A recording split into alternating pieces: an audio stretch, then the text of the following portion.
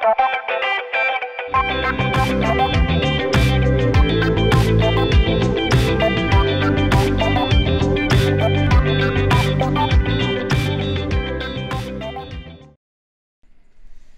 mesdames, messieurs, en direct cet après-midi pour un point de presse du CISAT exclusivement. Pour le lundi, cette fois-ci, on doit parler de vaccination aujourd'hui.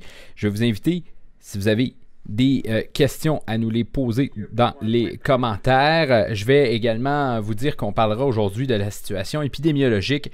Je vous montre tout de suite un tableau à l'instant, tableau de la situation en Abitibi-Témiscamingue. 50 cas actifs dans la région, dont 46 dans la MRC d'Abitibi. Plus 5 dans la MRC d'Abitibi dans les dernières heures, plus 1 dans la MRC de Rouyn-Noranda.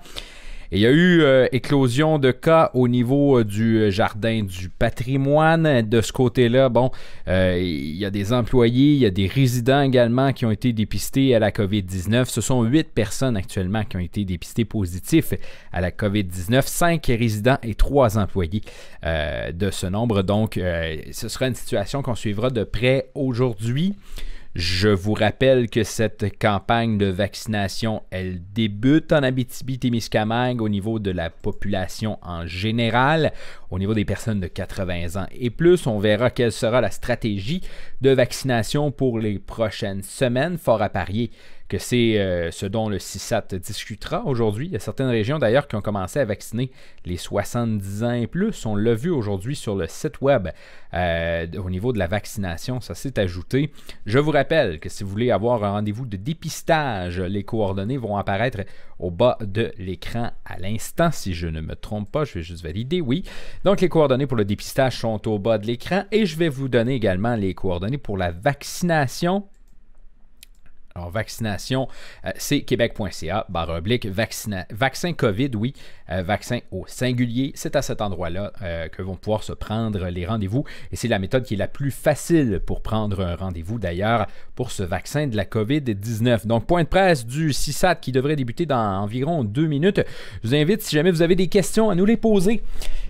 Directement en commentaire sur cette diffusion, si vous êtes en direct avec nous. Si vous êtes sur les ondes de Médiaté Télé, on vous rappelle que les points de presse du CISAT sont régulièrement diffusés sur les réseaux sociaux en direct lorsqu'ils ont lieu, principalement normalement le jeudi à 15h pour le point de presse de la semaine. Et là, on est un lundi puisqu'il y a point de presse sur la vaccination et il y aura un point également sur la situation de la COVID-19 en Abitibi-Témiscamingue et cette éclosion du côté du Jardin du patrimoine. Si vous vous joignez à nous, 8 personnes, dont 5 résidents et 3 employés qui ont été dépistés positifs à la COVID-19. On va vous inviter à rester avec nous. On va vous revenir dans quelques instants. En attendant, je vous invite à télécharger l'application Médiaté Plus. Vous pouvez vous rendre au médiaté.app. Vous retrouvez à cet endroit-là vos nouvelles et encore plus. Vous avez entre autres des balados, une vingtaine de balados régionaux avec différents animateurs de partout en région qui vous fournissent du contenu sur un paquet de sujets. Vous retrouvez également les émissions de Médiaté Télé, mais vous retrouvez aussi une toute nouvelle section depuis quelques jours à peine en partenariat avec l'Indice bohémien et la conférence COP. Sarah Charbonneau, je vous souhaite la bienvenue à ce point de presse du Centre intégré de santé et services sociaux de l'Abitibi-Témiscamingue du 1er mars. Les thèmes abordés aujourd'hui sont la vaccination et l'état de situation épidémiologique. 3 porte-paroles sont présentes aujourd'hui pour s'adresser à vous. D'abord, Mme Katia Chateauvert, directrice régionale de la campagne de vaccination COVID, Dr Lise Landry, directrice de santé publique, et Dr Omobola Sobanjo, médecin spécialiste en santé publique. Mme Chateauvert, la parole est à vous. Bonjour tout le monde, ça fait plaisir d'être avec vous aujourd'hui. Donc, je vais vous parler de la vaccination. Nous vous informons que la centrale téléphonique et le lien Clic Santé sur le site québec.ca est maintenant disponible pour la population de 80 ans et plus, c'est-à-dire née en 1941. Donc, peu importe le mois de naissance, les gens ont accès à la vaccination dès maintenant. Aussi, les proches aidants, accompagnateurs de ces personnes de 80 ans et plus, c'est-à-dire âgés de 70 ans et plus, nés en 1951, peuvent aussi prendre un rendez-vous en même temps que la personne âgée de 80 ans et plus. Donc, ces deux catégories de personnes sont actuellement en priorité pour la vaccination. Je tiens à préciser que la personne qui accompagne de 70 ans et plus doit absolument avoir un rendez-vous pour pouvoir se faire vacciner en même temps que la personne âgée de 80 ans et plus. Je rappelle aussi pour la prise de rendez-vous, dans le fond, j'ai précisé tout à l'heure le site québec.ca qui a le lien Clic Santé. Les informations sont aussi sur notre site Internet, sur la page Facebook. Et je rappelle le numéro de téléphone pour prendre un rendez-vous, c'est le 1-877-644-4545. Aussi, une petite consigne de rappeler aux gens, quand vous allez à votre rendez-vous, vous devez maximum arriver 5 minutes avant votre rendez-vous, et ça pour limiter le nombre de personnes dans les sites là, en respect là, des consignes là, PCI que nous avons en lien avec la pandémie. Maintenant, des informations concernant la deuxième dose. Nous sommes actuellement à prendre des rendez-vous pour les personnes qui sont rendues à leur deuxième dose du vaccin. C'est vraiment l'établissement qui contacte les personnes pour le rendez-vous. Ce n'est pas la ligne que je viens de vous nommer qui donne ces rendez-vous-là, c'est vraiment des gens de l'établissement. Donc, il est inutile d'appeler à la ligne pour le deuxième rendez-vous. Nous sommes actuellement en train de faire ces appels depuis la fin de semaine. Donc, soyez rassurés, les gens qui sont dus pour un deuxième rendez-vous, nous avons tous les listes et nous sommes actuellement à faire ces appels. Une autre information aussi, concernant le déplacement des vaccins à domicile vers les personnes qui ne sont pas en mesure de se déplacer. Pour le moment, selon les consignes des fabricants, il n'est pas possible de se déplacer vers ces personnes. Par contre, on reste à l'affût comme établissement. Nous devrions avoir d'autres sortes de vaccins qui devraient être disponibles dans les prochains mois. Et peut-être que ces vaccins-là nous aurons plus de latitude pour le déplacement. Donc, on reste préoccupé là, par cet élément-là. Par contre, je tiens à préciser que la semaine dernière, on a rencontré les organismes de transport adapté de l'Abitibi-Témiscamingue pour leur faire part des besoins de ces personnes-là. Et ils ont démontré de l'ouverture à élargir à des personnes qui sont non membres du transport adapté ou même aussi à élargir leur parcours habituel qu'ils font là, dans leur décette régulière. Donc, il y a une possibilité à ce moment-là pour les gens d'avoir peut-être un accès à un transport. Il est important que les gens qui nécessitent un transport doivent vérifier avec le transport adapté de leur MRC avant de prendre le rendez-vous pour essayer de placer le rendez-vous en même temps qu'une possibilité de transport. Ensuite, je veux vous préciser qu'il est vraiment, on est très satisfait de la réponse de la population en lien avec la vaccination. Les gens s'inscrivent vraiment bien. Puis, je veux rassurer tout le monde qu'on doit rester confiant. Il va y avoir des vaccins pour l'ensemble de la population de l'Abitibi-Témiscamingue. Nous avons eu d'ailleurs la confirmation pour tous nos vaccins du mois de mars et nous sommes actuellement en train de planifier ces rendez-vous-là. Donc, c'est très positif. Ça ferait le tour pour mes informations.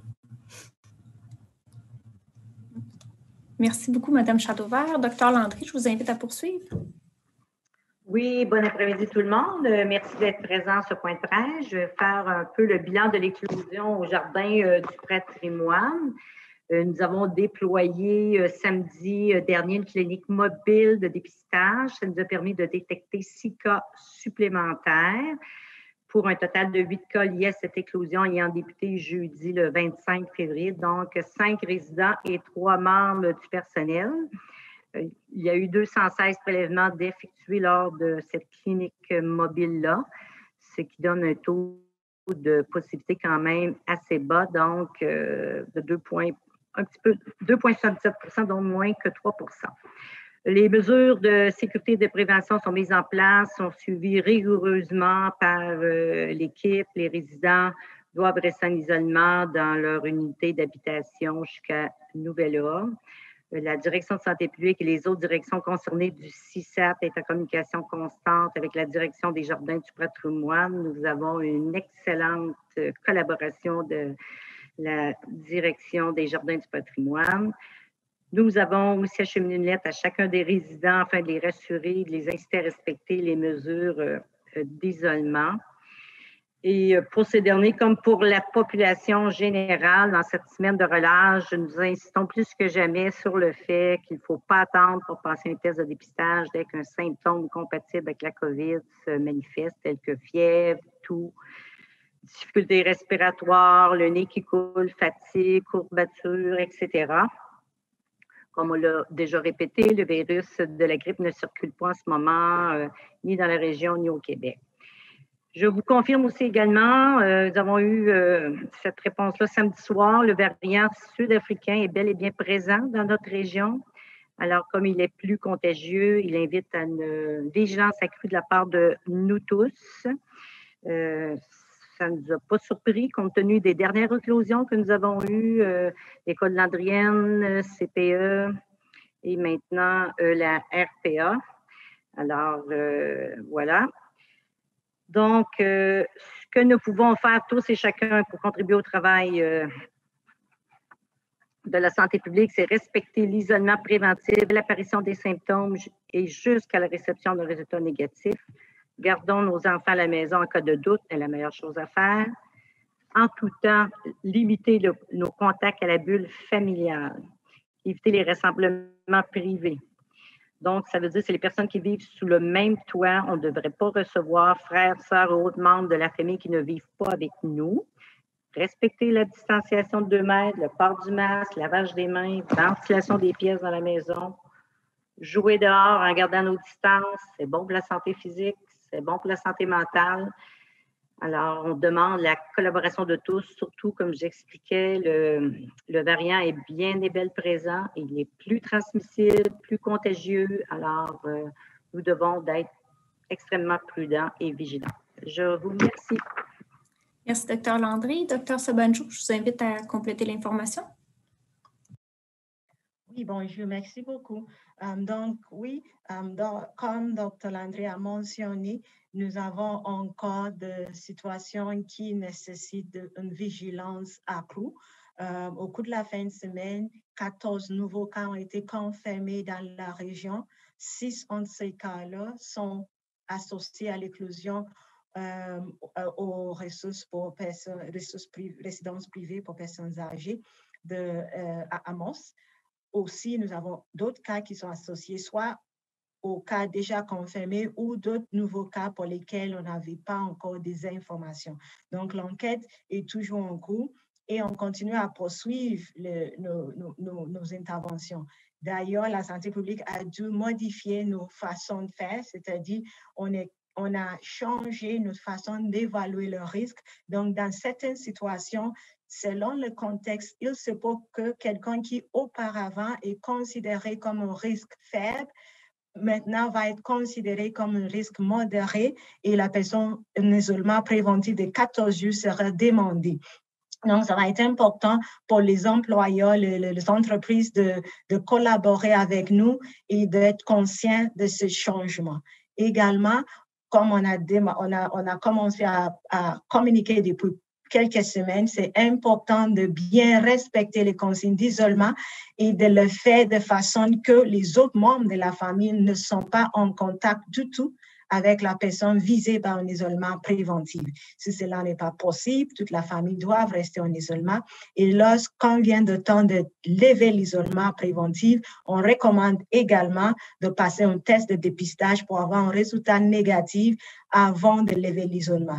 Parce que des fois, on constate que c'est vers la fin de ces 14 jours que les gens deviennent positif. Donc, c'est pour cela que maintenant, on a plus de demandes, on demande plus de tests et on demande plus de suivi auprès de nos cas et leur contact.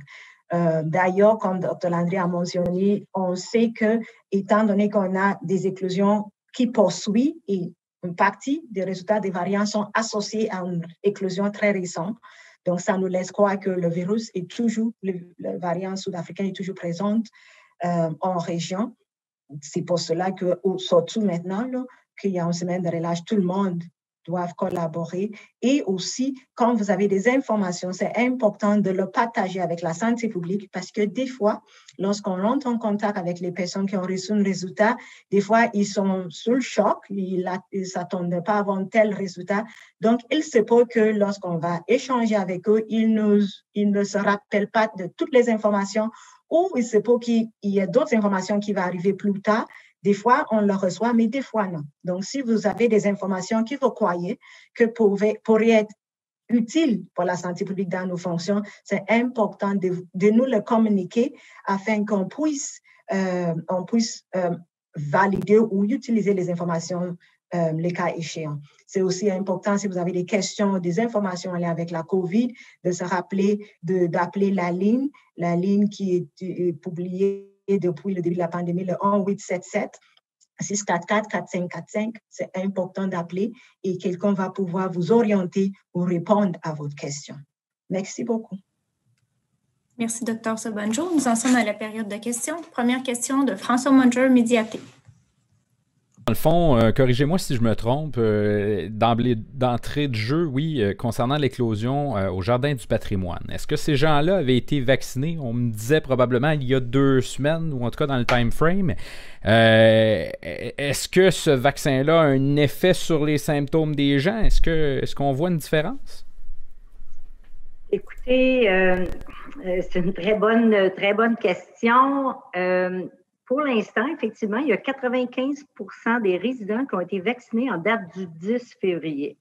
On parle de l'éclosion du 25, donc 15 jours. On sait que pour les personnes âgées, ça prend un peu plus de temps que les jeunes à faire des anticorps. On parle de 21 à 28 jours. Écoutez, actuellement, effectivement, les gens sont presque pas symptomatiques. On nous dit, Mme Poirier nous a confirmé ce matin qu'il y avait pas, les gens n'avaient pas développé de symptômes. Donc, écoutez, on va le savoir un petit peu plus qu'on va avancer dans le temps, ça va se préciser parce qu'il n'y a pas beaucoup d'expérience actuellement au Québec des éclosions dans RPA avec la vaccination, là. J'ose espérer que ça va fonctionner, mais pour l'instant, ça regarde bien, mais je ne peux pas l'affirmer à 100% là, que sûrement que ça nous aide, sûrement, là, mais c'est à suivre. C'est très intéressant comme question, puis sûrement qu'ailleurs, je sais que dans l'Outaouais, il y a eu une éclosion dans un CHSLD, là. On suit ça de près également au niveau national. Merci. Prochaine question, Michel Ducas, Presse canadienne. Avez-vous réussi à rattraper le retard occasionné par la redirection de certains vaccins vers Montréal et Laval?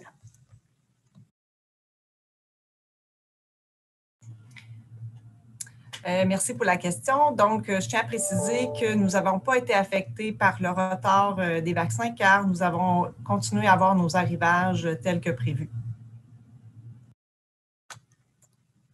Merci. Prochaine question, Fanny Lévesque, La Presse. Oui, bonjour.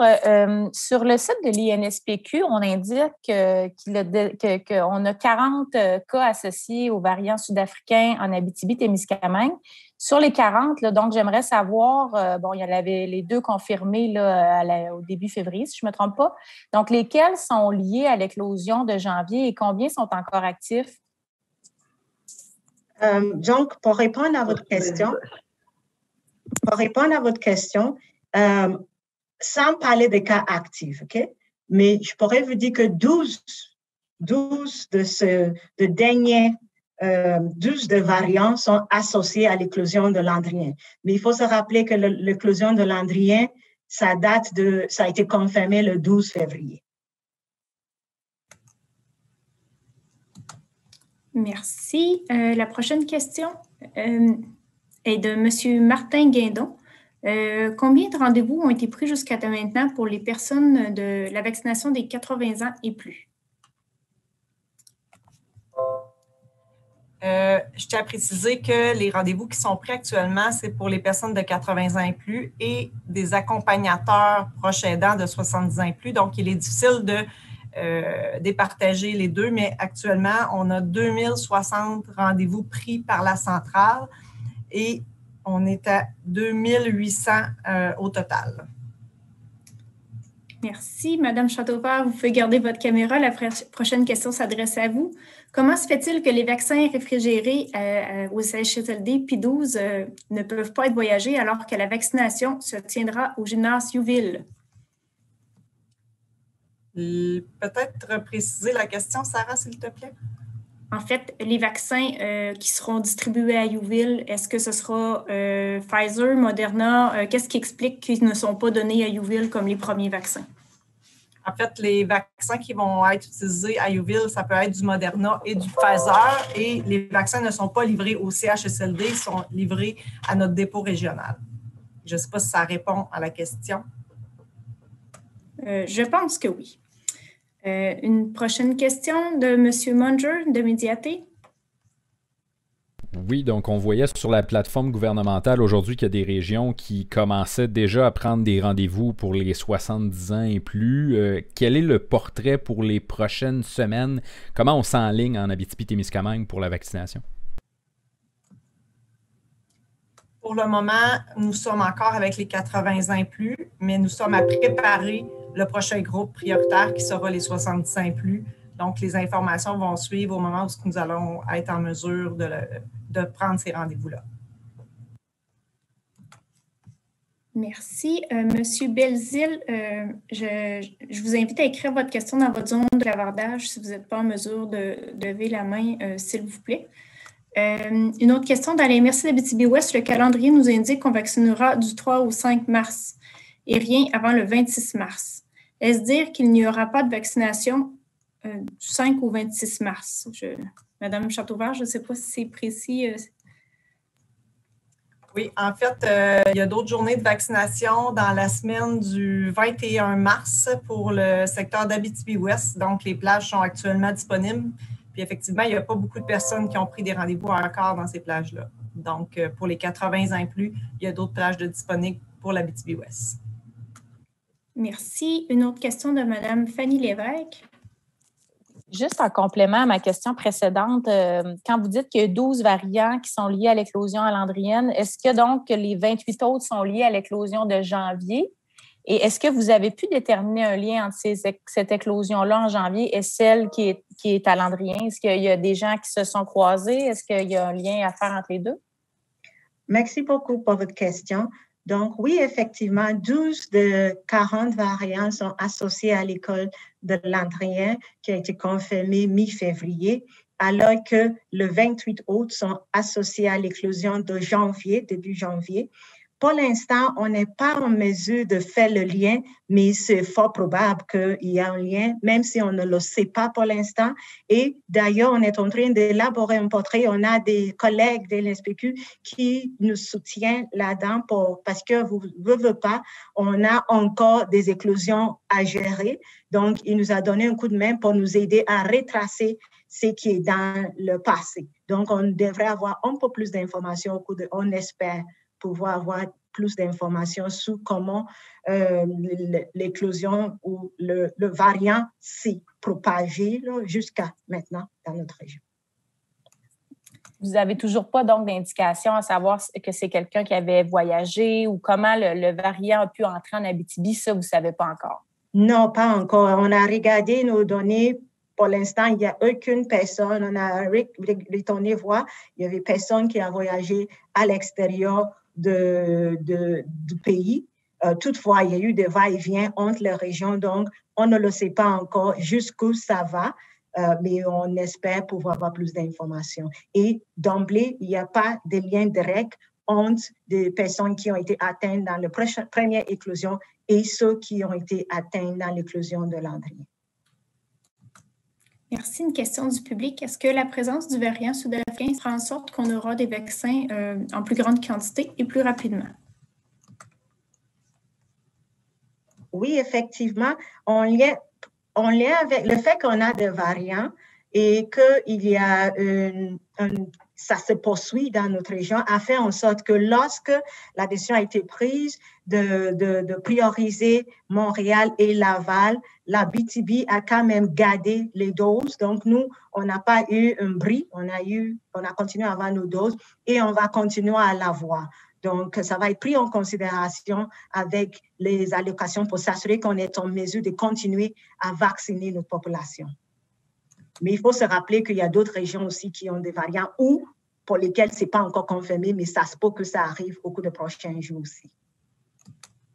Merci. Une question de M. Guindon. Est-ce que la personne qui était aux soins intensifs a été transférée à l'extérieur de la région ou est-elle toujours en Abitibi-Témiscamingue? Je pourrais vous répondre en vous mentionnant qu'actuellement, nous n'avons aucune personne admise aux soins intensifs, heureusement, et on n'a pas eu à transférer personne à l'extérieur de la région en lien avec la COVID. Merci. À quel moment sera possible de prévoir le vaccin pour toute personne à risque de problèmes cardiaques?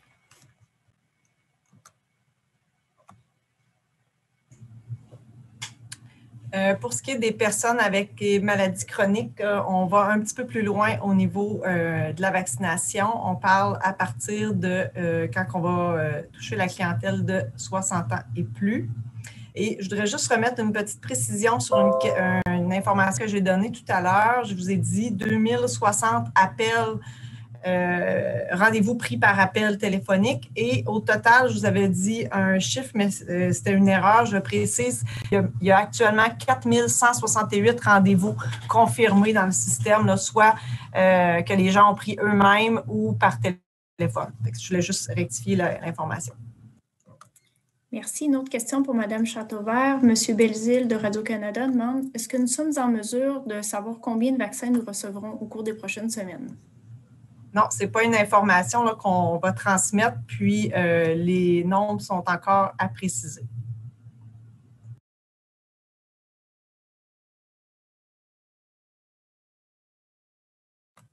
Est-ce que vous aviez une autre question, M. Munger? Effectivement. En fait, elle porte sur la situation dans la MRC d'Abitibi. On voit que c'est la MRC qui est majoritairement touchée depuis quelques semaines. Il continue d'y avoir de la propagation du virus. Dans un premier temps, est-ce qu'on craint que ce soit justement ce variant qui continue son chemin? Et dans un deuxième temps, considérant si on regarde la situation par rapport à l'ensemble du Québec, si on fait un ratio aux 100 000 de population, on est dans une des MRC en ce moment qui est assez élevée au Québec. Comment on voit cette situation-là au niveau de la santé publique? Merci beaucoup de vos questions. Et oui, effectivement, la situation se poursuit et le fait qu'on a des confirmations que jusqu'à dernièrement, le variant était encore présent dans notre région.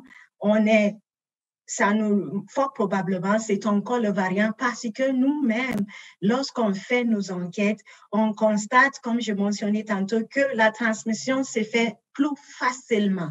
Donc, normalement, des gens qui vont avoir un type de contact, ils restaient 10-15 minutes ensemble, soit avec le masque ou sans un apporter un masque, l'autre n'avait pas son masque. Et on voit une transmission dans ce type de situation. C'est qu'auparavant, n'était pas le cas.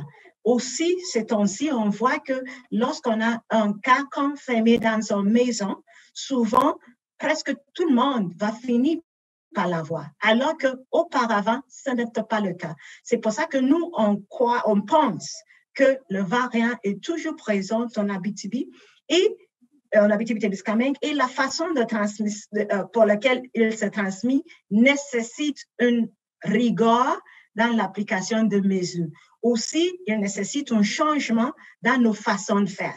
Donc, la santé publique maintenant, on informe plus de monde lorsqu'on a une situation où peut-être un cas a passé dans par exemple, s'il y a quelqu'un qui nous a mentionné avoir fréquenté un lieu et on a un indice, même si la personne nous a dit, oui, j'étais là, oui, j'avais pas de symptômes, je portais mon masque, quand même, on avise les personnes qui étaient présentes parce qu'on ne veut pas prendre une chance. Donc, on est en train d'installer des mesures plus sévères et on croit que ces mesures vont nous aider. Mais c'est important quand même parce que le comportement humain est un facteur incontournable. Donc, ça va être important pour nous, chacun d'entre nous comme citoyens, de limiter nos contacts.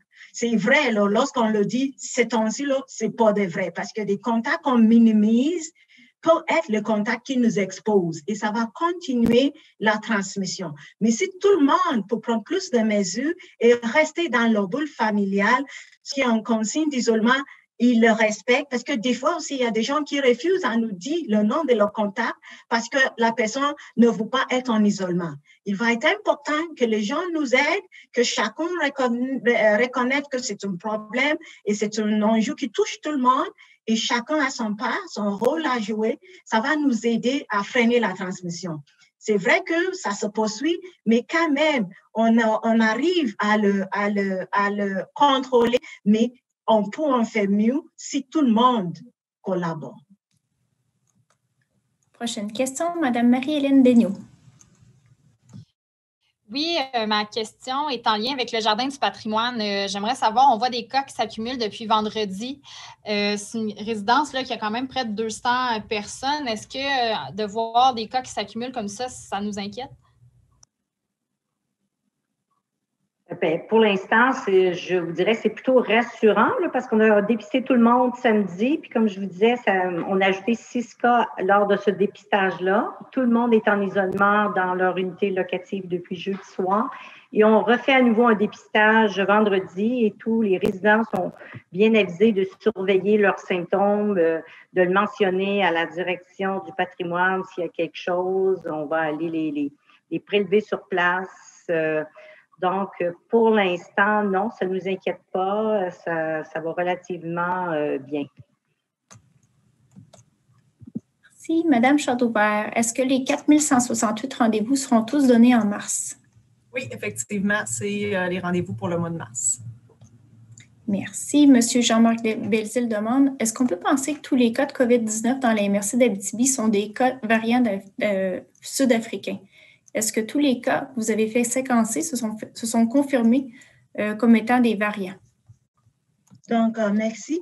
On a envoyé même d'autres échantillons qui sont des rétrospectivement. Donc, on a quand même envoyé quelques échantillons qu'on a eu qui étaient positifs fin janvier, début février, et se sont avérés négatifs. Donc, on a reçu quand même des résultats négatifs au criblage. Toutefois, on a d'autres cas présomptifs, donc c'est-à-dire d'autres cas positifs qui ont été envoyés au criblage sont revenus encore positifs. Donc, on peut dire que oui, effectivement, parce qu'on sait que comme il y a quelques semaines, on avait 38 cas présomptifs, je vous ai dit qu'on a envoyé 40, là, mais ce n'était pas tout qui est revenu positif. Donc, mais la majorité ont revenu confirmés. Pour l'instant, on a d'autres échantillons qui ont été envoyés pour criblage. On a quelques-uns qui sont encore présomptifs. Donc, oui, ça nous laisse croire qu'il se peut. Donc, on agit comme c'est un variant parce qu'on a plus de choses à perdre si on pense que ce n'est pas un variant et ça finit par être un variant, plutôt que c'est mieux d'en faire plus que d'en faire moins. Donc, on le traite, on agit comme c'est des variants et on agit avec plus de prudence parce qu'on ne veut pas être pris par surprise à la fin. Merci. Madame Daigneault? J'avais pas d'autres questions, merci. Monsieur Munger? La relâche est bel et bien commencée. Il suffisait de circuler cette fin de semaine dans les villes de la région pour voir qu'il y avait beaucoup de monde à l'extérieur. Il a fait un peu plus chaud en fin de semaine. On voyait peut-être moins de distanciation à l'extérieur. Avez-vous l'impression que les gens relâchent un peu les mesures? Est-ce que vous avez eu à demander des interventions aussi? On sait que dans certains commerces en fin de semaine, ça semblait problématique. Premièrement, j'aimerais mentionner qu'on veut que les gens vont à l'extérieur. On veut que les gens profitent de plein air. Mais on veut quand même aussi qu'ils respectent les mesures. Et c'est pour cela, d'ailleurs, qu'on fait cet rappel cette journée au début de la semaine de relâche pour rappeler aux gens que oui, on sait que ça a été long et on sait que les gens peuvent commencer à se sentir fatigués, mais on veut leur rappeler la raison pourquoi et la prudence qui est nécessaire. Parce que nous, depuis le début de la pandémie, c'était au mois de mars dernier qu'on a eu une éclosion dans un RPA. Depuis ce temps-là, on n'a pas eu une autre éclosion, mais maintenant, on est arrivé avec une autre. Donc, ça montre, et on n'a pas eu, la première éclosion qu'on a eue dans un CPE ou un service de garde, c'est encore cette année. Donc, ça demande pourquoi, même si on est fatigué, on ne peut pas relâcher. Donc, on va continuer à rappeler aux gens l'importance de profiter, mais de le faire au sein de leur bulle familiale et de toujours respecter la distanciation physique. On n'a pas encore eu occasion à intervenir et on n'a pas des informations, mais c'est sûr que lorsque les gens nous signalent des choses, on agit. Et on sait que la SQ, des fois, est interpellée, la Sûreté du Québec, et aux autres, elle intervient également. Merci. Alors, une dernière question, Mme Fanny Lévesque, La Presse. Combien de cas sont liés à l'éclosion à Landrienne au total? Donc, je vais débuter en vous mentionnant que lorsqu'on parle de l'éclosion à l'école de Landrienne, on ne parle que des élèves et les enseignantes qui sont associés à l'école. Donc, le nombre que je vais vous donner n'inclut pas le membre de leur famille ou leur entourage qui ont été infectés par la COVID. Donc, nous avons 18 personnes, 18 associés à l'éclosion de Landrienne. 18 élèves, 12 employés. Alors, merci. Ça complète l'ensemble des questions. Merci. Excusez-moi, vous avez dit 18 personnes, 12 élèves et c'est-tu le total ou 18 non, c'est le total? C'est 18 total, 16 élèves, 12 employés. Puis le 13 variant est dans cette population, le 12 variant est dans cette population-là. Là. Merci. Donc, ça mettrait fin au point de presse du jour. Merci énormément à nos porte-paroles. Merci à vous d'avoir participé et assisté à l'activité d'aujourd'hui. Je vous souhaite une bonne semaine à tous et à bientôt. Merci. Merci beaucoup. Bonne journée. Bon après-midi. Alors voilà, point de presse qui se termine avec le Centre de santé et de services sociaux de l'Abitibi-Témiscamingue. On vous rappelle le numéro pour le dépistage 1-877-644-4545 ou le covid19.quebec.ca. Vous pouvez vous rendre à cet endroit-là. Je vous amène également à l'instant, et là vous me voyez regarder sur le côté puisque je vais aller chercher le bon super pour vous l'afficher. L'adresse pour la vaccination, et c'est le québec.ca/vaccin COVID. Vous vous rendez à cet endroit-là si vous avez 80 ans et plus. Pas de détails pour le moment pour la suite de cette vaccination-là. On en aura probablement un peu plus tard. Il y aura un autre point de presse du CISAT jeudi pour faire le point sur la situation de la COVID-19 en Abitibi-Témiscamingue. Là-dessus, mesdames et messieurs, je vous souhaite une excellente journée.